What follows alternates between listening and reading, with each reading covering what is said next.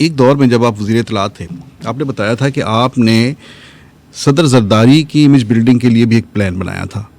वो क्या किस्सा था?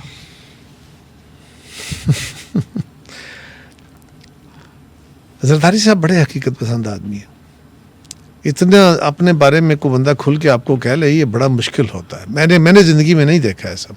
वो असल में हुआ ये कि गवर्नमेंट हमारी थी, हर वक्त अपोजिशन, और उस वक्त हमारे साथ मीडिया कोई फ्रेंडली तो खैर कभी भी उस तरह नहीं रहा, लेकिन उस वक्त ज़्यादा ही ज़रा हॉस्टाइल होता है जब गवर्नमेंट में होते हैं आप, हमारे साथ तो ख़ास तौर पे।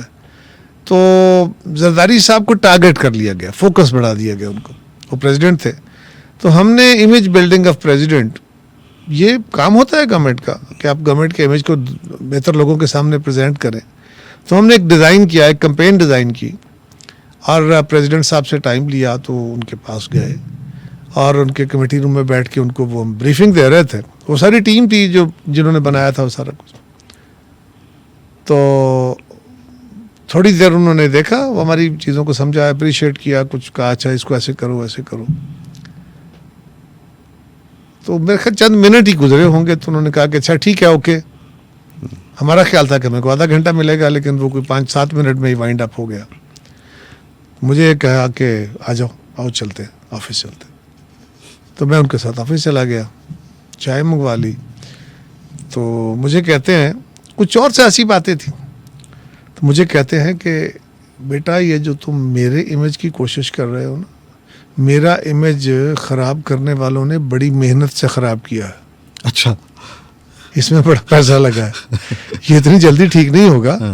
तुम गवर्नमेंट के इमेज की कोशिश करो, वो ज़्यादा ज़रूरी है, इस पे ज़्यादा वक्त सर्फ ना करो। अच्छा, यानी उनको इस बात का इदराक है कि लोगों को उनके खिलाफ जो प्रोपेगेंडा किया गया है, वो जो लोगों को उनके खिलाफ उभारा गया है, उकसाया गया है, लोगों का ज़हन बनाया गया है फेक। लेकिन उनका ये कि ये इस काम के तुम मेरे इमेज के ऊपर लगे रहो, इस पे वक्त ज़ाया मत करो, बेहतर है कि तुम गवर्नमेंट की पॉलिसीज़ को ज़्यादा बेहतर तरीके से डिफेंड करो। ये कुछ मतलब देखिए ना, आपकी सिंध गवर्नमेंट के हवाले से भी कई दावे आते हैं कि बड़े काम किए उन्होंने। आपकी जो 2008 की हुकूमत थी, उसके हवाले से भी ये दावे होते हैं आपके कि उसमें बहुत काम किया, और बिलाशुबा उसमें कई जो इंटेलेक्चुअली भी बहुत काम हुए और पॉलिटिकली भी बहुत ज़्यादा काम हुए, जैसे NFC अवार्ड हुआ, 18वीं तरमीम हुई। लेकिन पीपल्स पार्टी के बारे में एक बात यह है कि ये अपने कामों को प्रॉपर शोकेस नहीं कर पाती। इस नाकामी की वजह क्या है? लोग नहीं आपके पास प्रॉपर शोकेस करने वाले, या फिर उन कामों में इतना दम नहीं है? फारूकी साहब, हमारे जहन पहले बन जाते हैं, बंधे हुए जहनों के साथ हम आर्गूमेंट सुनते हैं, हम खुले जहनों से आर्गूमेंट नहीं सुनते। और ये पढ़े लिखे लोगों का भी ऐसा ही हाल है। आम आदमी को तो बहकाया जा ही सकता है ना, और मीडिया बड़ा खौफनाक चीज़ है, बड़ी ताकत है।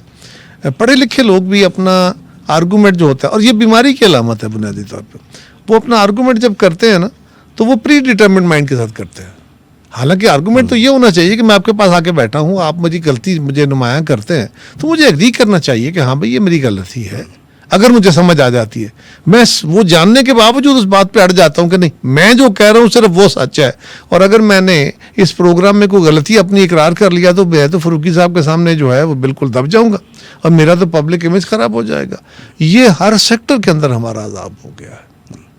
हम अपने आप को अल्टीमेट अथॉरिटी के तौर पे प्रेजेंट कर रहे होते हैं। हमारे समाज में भी हर तरफ यही हो गया है। तो मेरी जमात का अलमिया यही है कि मेरी जमात ने इस मुल्क के ताकतवर तबकात के ख़िलाफ़ उस वक्त काम शुरू किया था जब कोई उनके ख़िलाफ़ बोलना बहुत मुश्किल हो जाता था, और बड़ी पॉपुलर जमात थी और है। इसके ख़िलाफ़ उस वक्त से इस मुल्क के ताकतवर इदारों ने, इस मुल्क के मुल्लाओं ने, इस मुल्क के जागीरदारों ने, इस मुल्क के सरमायादारों ने, उन सब के जहन बने हुए हैं। उन फैमिलीज़ के अंदर हमारे खिलाफ एक बाकायदा वो एक होता है ना माइंड सेट, वो नस्ल दर नस्ल ट्रांसफ़र हो रहा है कि हर वक्त बैठ के पीपल्स पार्टी का बुरा ही कहना है, उसकी अच्छाई को भी तस्लीम नहीं करना।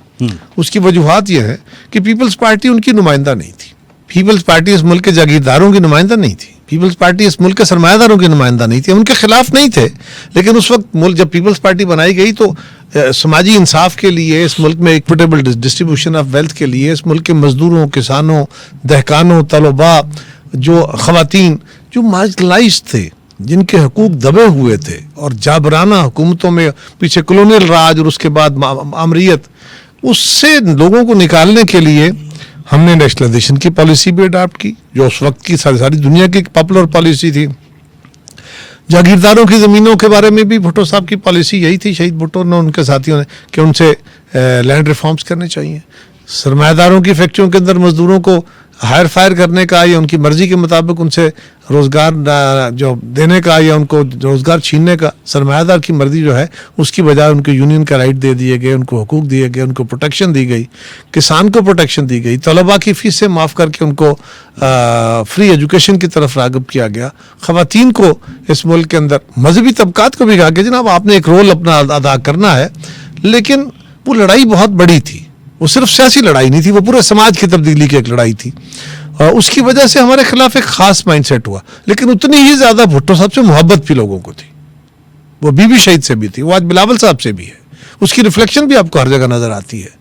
बाद में हम जैसे लोगों की वजह से हो सकता है पार्टी को कुछ नुकसान हो गया, और कुछ ये भी है कि वक्त के साथ चीज़ें बदलती हैं, हमें भी उसके मुताबिक अपने आप को एडजस्ट करना है, और मुश्किल औकात आ जाते हैं। लेकिन हमारे साथ कंसिस्टेंटली कुछ तबकात हैं जो वेनमस है पीपल्स पार्टी के लिए, और वो इसलिए कि उनके जहन बने हुए हैं। एक बंदे का दादा हमारे खिलाफ था, तो उसके वालिद ने भी, घर के अंदर वही बातें होती थी, वो पैदा हुआ, वो बचपने से आगे बढ़ता हुआ, लड़कपने से जवान हुआ, तो उसने वही कुछ सुना।